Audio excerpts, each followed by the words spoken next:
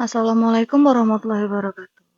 Hai teman-teman, sebelumnya perkenalkan, saya Luciana Fitrian Sabet dengan NIM 13202023, Prodi Manajemen kelas P2K, Fakultas Ekonomi dan Bisnis Universitas Islam Asy-Syafi'iyah. Di sini saya akan menjelaskan tentang konsep organisasi dalam sistem informasi manajemen. Yang akan saya bahas pertama adalah tentang hakikat organisasi, di mana di dalam hakikat organisasi ada beberapa pembahasan, yaitu pengertian organisasi. Organisasi adalah kumpulan orang yang melakukan suatu kegiatan untuk mencapai tujuan bersama sesuai dengan perencanaan yang telah ditetapkan. Organisasi juga sebagai wadah yang memungkinkan masyarakat dapat meraih hasil yang sebelumnya tidak dapat dicapai oleh individu secara sendiri-sendiri. Unsur-unsur organisasi yang terdiri dari 1. Menyeluruh, 2. Sederhana, 3. Luas dan terbuka, 4. Menjamin berlangsungnya kerjasama, 5. Menjamin berlangsungnya pengawasan. Tujuan organisasi. Tujuan organisasi dapat bervariasi tergantung pada jenis organisasi, misi, dan visi yang dimilikinya. Beberapa tujuan umum dari organisasi yaitu 1. Peningkatan efisiensi operasional, 2. Peningkatan pengambilan keputusan, 3. Peningkatan kinerja organisasi, 4. Pengembangan strategi organisasi, 5. Penyediaan informasi yang akurat dan cepat, 6. Adaptasi terhadap perubahan, 7. Optimalisasi pengelolaan data, 8. Peningkatan pelayanan pelanggan. Manajemen dalam organisasi terdiri dari 3, yaitu yang pertama organisasi politik, di mana manajemen dalam organisasi politik adalah elemen penting dalam mencapai kesuksesan dalam politik dan pemerintahan yang efektif. Manajemen dalam organisasi politik merujuk pada proses perencanaan, pengorganisasian, pelaksanaan, dan pengawasan aktivitas dan sumber daya dalam konteks pemerintahan dan politik. Kedua adalah organisasi sosial. Organisasi sosial adalah entitas yang dibentuk oleh individu atau kelompok untuk mencapai tujuan yang berkaitan dengan kesejahteraan masyarakat atau tujuan sosial, bukan untuk mencari keuntungan finansial. Manajemen dalam organisasi sosial juga sering berfokus pada nilai-nilai etika dan moral, serta tanggung jawab sosial yang kuat terhadap masyarakat yang dilayani. Terakhir ketiga ada organisasi bisnis, di mana manajemen dalam organisasi bisnis berperan penting dalam mencapai kesuksesan jangka panjang perusahaan dan dalam mengkoordinasikan berbagai aspek bisnis agar berjalan dengan baik. Manajemen dalam organisasi bisnis merujuk pada serangkaian praktis, proses, dan aktivitas yang digunakan untuk mengelola sumber daya, orang, dan operasi dalam perusahaan.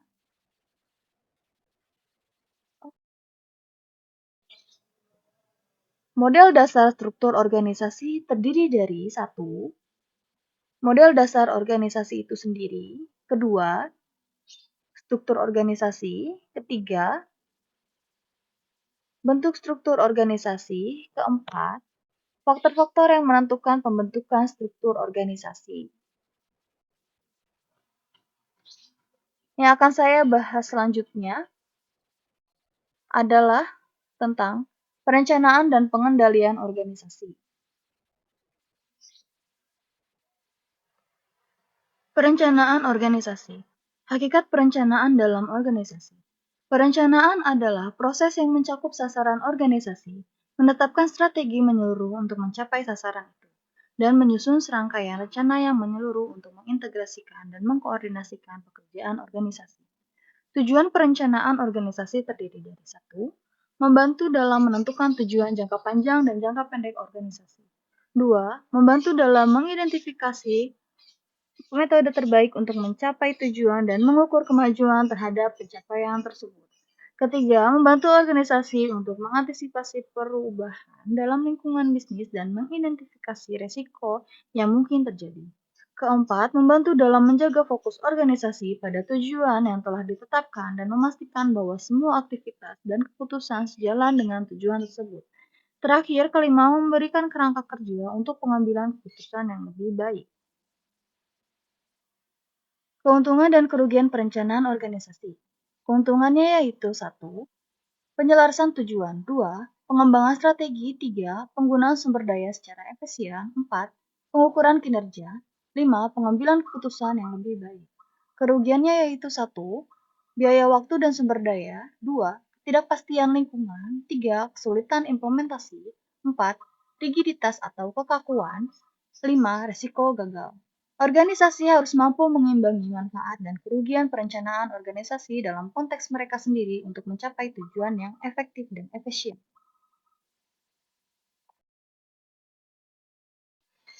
Konsep perencanaan dalam organisasi. Yang pertama adalah penetapan visi dan misi. 2. Analisis lingkungan. 3. Pengembangan tujuan dan sasaran. 4. Pengembangan strategi. 5. Rencana operasional. 6. Monitoring dan evaluasi. 7. Fleksibilitas. 8. Komunikasi dan keterlibatan. 9. Kepemimpinan dan manajemen. Alasan pentingnya perencanaan dalam manajemen. 1. Untuk mengkoordinasikan usaha-usaha agar tujuan dan kepentingan tidak keluar dari tujuan organisasi. 2. Untuk mengantisipasi perubahan potensial yang akan terjadi akan dapat diantisipasi secepat mungkin. 3. Untuk mengembangkan manajer. Manajer harus bertindak proaktif dan membuat hal terjadi dan bukan sebaliknya, bertindak relatif dan memberikan hal-hal terjadi. Keempat, untuk mengembangkan standar kerja. Keberhasilan yang dicapai masa lalu akan menjadi standar kinerja untuk masa yang akan datang. Kelima, perencanaan mengurangi ketidakpastian, mendorong para manajer untuk melihat ke depan, mengantisipasi perubahan, mempertimbangkan dampak perubahan, dan menyusun tanggapan yang lebih tepat. Hubungan perencanaan dengan fungsi lain. Pertama, perencanaan. Perencanaan adalah tahap pertama dalam proses manajemen. Selanjutnya, pengorganisasian. Rencana yang dibuat akan membantu pengorganisasian dapat dilakukan secara lebih efisien. Selanjutnya, pelaksanaan. Pelaksanaan melibatkan tindakan untuk menjalankan perencanaan. Selanjutnya, pengendalian. Perencanaan membantu dalam memonitor dan mengendalikan kinerja organisasi. Selanjutnya, sumber daya manusia.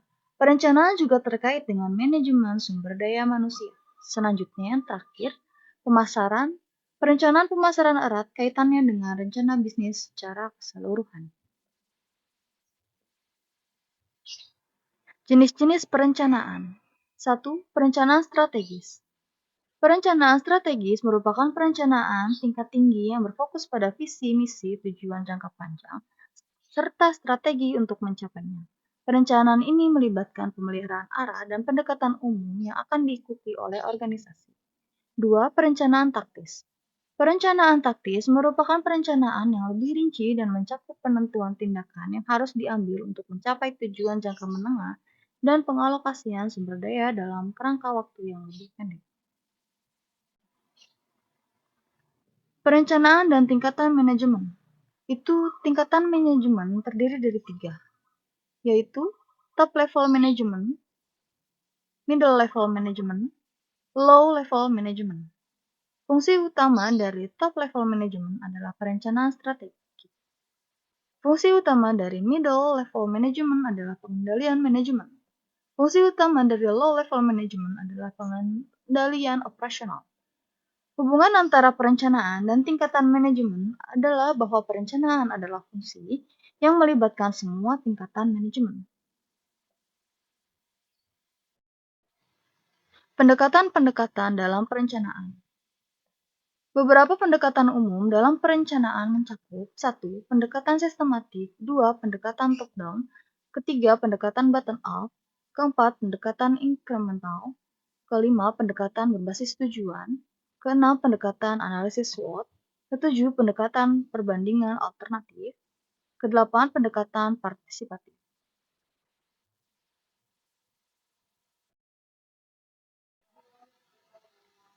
Selanjutnya adalah pengendalian organisasi atau organization control. Hakikat pengendalian dalam organisasi.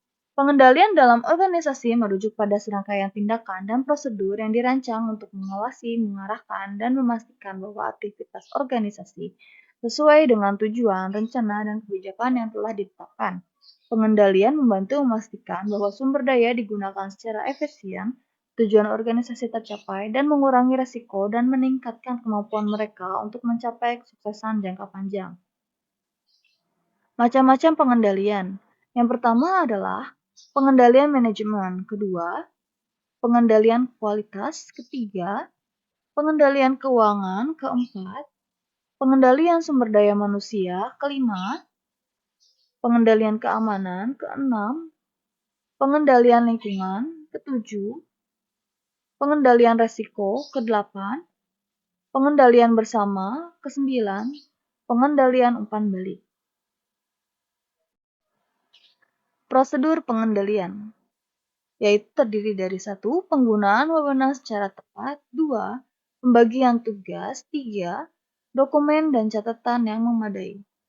Sistem pengendalian intern, suatu perencanaan yang meliputi struktur organisasi dan semua metode serta alat-alat yang dikoordinasikan yang digunakan dalam perusahaan.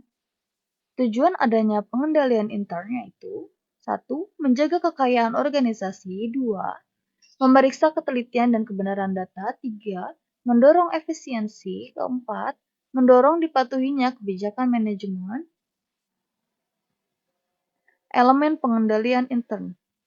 Yang pertama, lingkungan pengendalian, yang terdiri dari filosofi dan gaya operasional manajemen, struktur organisasi, dewan komisaris dan audit komite, metode pendelegasian wewenang dan tanggung jawab, metode pengendalian manajemen, kebijakan dan praktik kepegawaian, pengaruh ekstern. Kedua, sistem akuntansi, yaitu menyampaikan informasi, menyediakan informasi, menyempurnakan kontrol, dan mengurangi biaya penyelenggaraan.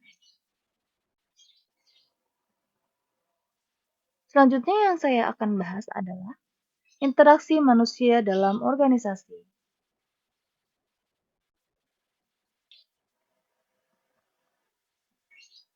Interaksi manusia dalam organisasi merupakan salah satu aspek penting dalam pengelolaan dan operasional perusahaan. Interaksi ini melibatkan berbagai pihak dalam organisasi, termasuk karyawan, manajemen, pemilik, mitra bisnis, pelanggan, dan pihak-pihak lain yang terkait. Pengaruh berbagai pola kepemimpinan yang berbeda atas produktivitas tampaknya tergantung pada beberapa faktor. Peran kepemimpinan dalam organisasi sangat penting dalam membentuk interaksi dan budaya organisasi. Gaya kepemimpinan yang baik dapat memotivasi karyawan, memfasilitasi kolaborasi, dan membantu mengatasi konflik. Selain itu, tingkat kepuasan kerja karyawan biasanya juga lebih tinggi untuk memengaruhi interaksi dalam organisasi. Karena karyawan yang puas cenderung berinteraksi lebih positif, sedangkan ketidakpuasan dapat mengganggu hubungan di tempat kerja. Organisasi dalam sistem informasi.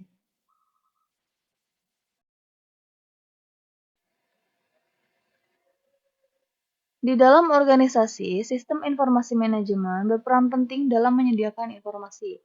Informasi bagi perusahaan merupakan hal yang kritis, khususnya saat mengambil keputusan dalam menyelesaikan masalah. Sistem informasi harus selalu disesuaikan dengan organisasi, dan organisasi harus mampu mengoptimalkan sistem informasi sehingga mendapatkan keuntungan dari teknologi-teknologi yang ada. Sistem informasi dalam suatu organisasi dapat berlokasi dalam beberapa tempat yang berbeda, tergantung pada struktur organisasi, ukuran, dan kebutuhan spesifik. Hubungan antara sistem informasi dengan organisasi. Sistem informasi dan organisasi memiliki hubungan yang erat dan saling terkait satu sama lain dalam konteks bisnis dan manajemen.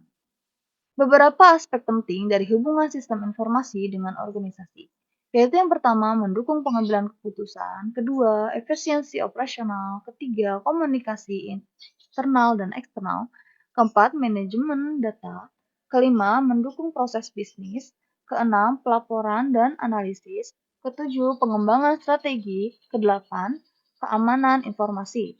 Dengan demikian, sistem informasi tidak hanya menjadi alat pendukung dalam operasi sehari-hari organisasi, tetapi juga merupakan komponen strategis dalam mencapai tujuan organisasi dan menjaga daya saing mereka dalam lingkungan bisnis yang semakin kompleks.